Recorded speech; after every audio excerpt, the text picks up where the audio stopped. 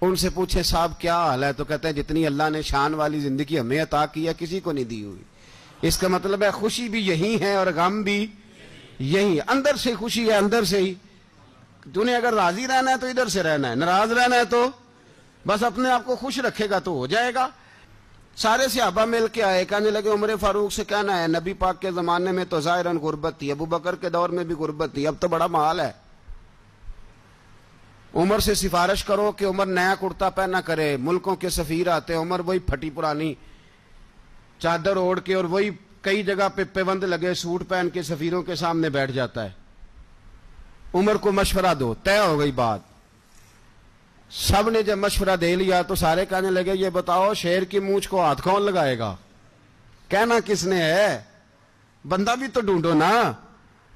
نے کہا جناب میرا یہ خیال ہے کہ مولا علی شیر خدا کہیں گے، کیونکہ جس شخص کی عمر کو سب سے زیادہ حیا کرتے دیکھا وہ شیر خدا مولا علی ہیں رضی اللہ تعالی علی کہیں گے، اس لیے کہ جناب علی تو کئی دفعہ جب گفتگو کرتے تھے تو حضرت عمر چپ کر جاتے تھے اور فرماتے تھے علی نہ ہوتا تو میں ہلاک ہو جاتا۔ تو کہا علی سے کہو، جناب علی شیر خدا کو بلایا، کس کام کے لیے؟ جی اللہ اکبر۔ یہ ذرا اپنے اس دور پہ اس بات کو ذرا کا جناب ان سے کہیں کہ زیادہ نہیں، ایک کرتا نیا پہن لے، سفیر آتے ہیں وزیر آتے ہیں تو ایک کرتا نیا پہن لے۔ حضرت علی کو بلایا، آپ فرمانے لگے کوئی اور بات ہوتی تو میں کہہ دیتا، یہ والی میں نہیں کہہ سکتا، کوئی اور ہوتی تو میں عمر کو کئی دفعہ کہہ دیتا ہوں، جلال میں بھی تو سن، یہ والی میں نہیں کہہ سکتا، میں تمہیں ایک مشورہ دیتا ہوں۔ کہا وہ کیا؟ کہنے لگے سیدہ عائشہ صدیقہ سے کہو، وہ مومنوں کی ماں ہیں، عمر ٹالے گا نہیں۔ اماں جی سے جا کے کہا اماں جی نیا کرتا عمر سے کہیں پہن لیں، وزیر آتے ہیں بڑے بڑے لوگ تو چلو کوئی حرج نہیں۔ اماں جی نے کہا اچھا کوئی بات نہیں میں بلا لیتی ہوں۔ جناب عائشہ نے پیغام بھیجا، جب خادم نے کہا نا مصطفیٰ کے گھر سے پیغام آیا ہے تو 20 لوگ بیٹھے تھے، عمر کانپتے ہوئے اٹھے، کانپتے دوڑے۔ حضرت عائشہ پردے میں تھی تو فرماتی ہیں عمر اتحیات کی حالت میں بیٹھ گئے۔ کہا اماں جی دیر تو نہیں ہو گئی مجھے آنے میں؟ کہا نہیں ٹائم پہ آ گئے ہو۔ کس لیے بلایا تھا؟ کہا عمر دیکھو غربت کے معاملات اور ہوتے ہیں، جب اللہ آسانی دے تو کوئی چیز استعمال کرنا حرام نہیں ہوتی، اگر حرام ہے تو بتاؤ۔ کہا نہیں اماں جی حلال ہی ہے۔ تو فرمایا پھر اتنے سفیر آتے ہیں مشیر آتے ہیں، اب تو مال غنیمت بڑا آتا ہے، ڈھیر لگ جاتے ہیں مسجد میں، تو چل ایک نیا کرتا تم بھی پہن لیا کرو، اور آپ نیا کرتا پہنو گے تو دھاک بیٹھے گی غیروں پر۔ تو صحابہ کا مشورہ ہے کہ آپ نیا لباس پہنے۔ اماں جی کہتی ہے میں نے حکم دیا تو عمر چپ کر گئے، گردن جھک گئی۔ تھوڑی دیر کے بعد سیدنا عمر فاروق نے سر اٹھایا تو داڑھی پہ آنسو گر رہے تھے، رو پڑے، کہنے لگے پاک محبوب کی پاک بیوی جیسے حکم کرتی ہو میں حاضر ہوں، پر مجھے وہ والا لباس پہنانا جو میرے مصطفیٰ نے پسند فرمایا ہے۔